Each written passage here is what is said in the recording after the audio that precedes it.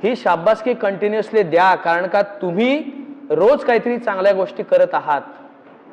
रोज अशा गोष्टी करत आहात, ती छोटी असेल का मोठी असेल. म्हणजे सकाळी उठायचं लवकर तुम्ही ठरवलेलं आहे, बरोबर आहे, 5 वाजता ठरवतो कोणी, ठीक आहे. ठरवलं तुम्ही, गजर लावून झोपता, बरोबर. काय करता सकाळी उठल्यानंतर?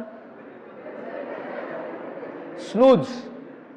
ती पण इनोव्हेशन आहे ह्या जगामधलं सगळ्यात पहिल्यांदा आलेलं, की ज्यांनी लोकांचं आयुष्य बदललंय. 5-5 मिनिटांनी स्नूज करता येतं. सो रोज किती वेळा स्नूज करता ते आयडेंटिफाय करा.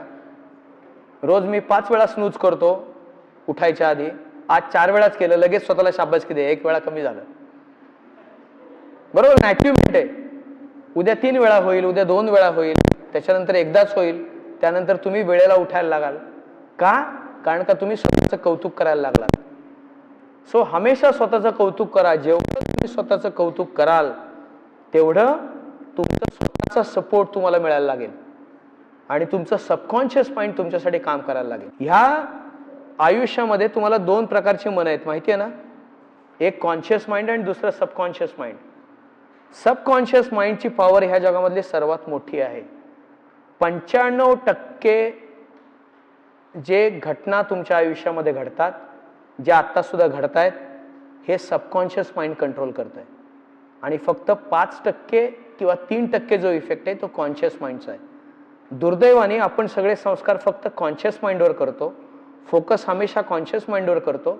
त्याचा रिझल्ट 5% जरी 100% अचीव केलं तरी फारसा फरक पडणार नाही. पण सबकॉन्शियस माइंडवर जर तुम्ही काम केलं आणि 10% सुद्धा त्याला ऍक्टिव्हेट केलं तरी त्याचा इफेक्ट तुमच्या आयुष्यावर प्रचंड पडेल. अनुभव घेऊन बघा त्याचा. कारण का आज तुम्ही मला ऐकू शकताय, ऐकायला येतो ना मी. किती जण प्रयत्न करतायत ऐकण्यासाठी, किती जणांना प्रयत्न करावा लागतो ऐकण्यासाठी. का आपोआप होतं? हे सबकॉन्शियस माइंड करत आहे. जी लोक बहिरी आहेत त्यांना किती एफर्ट घ्यावे लागतात विचार करा. मशीन लावून सुद्धा लोकांना एफर्ट घ्यावे लागतात ऐकण्यासाठी. तेवढं इझी नाही आहे ऐकणं.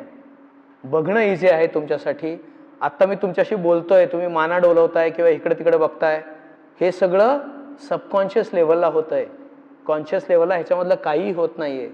तुमची digestive system, blood circulation, blood purification, heart beat होतंय, कुठं रिक्वायरमेंट आहे, कशा पद्धतीने रिक्वायरमेंट आहे, ह्या सगळ्या गोष्टी सबकॉन्शियस माइंड कंट्रोल करत आहे.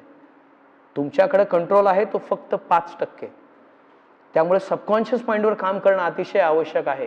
आणि सबकॉन्शियस माइंडवर काम करण्यासाठी तुमच्या मनाला तुम्हाला आनंदी ठेवावं लागेल.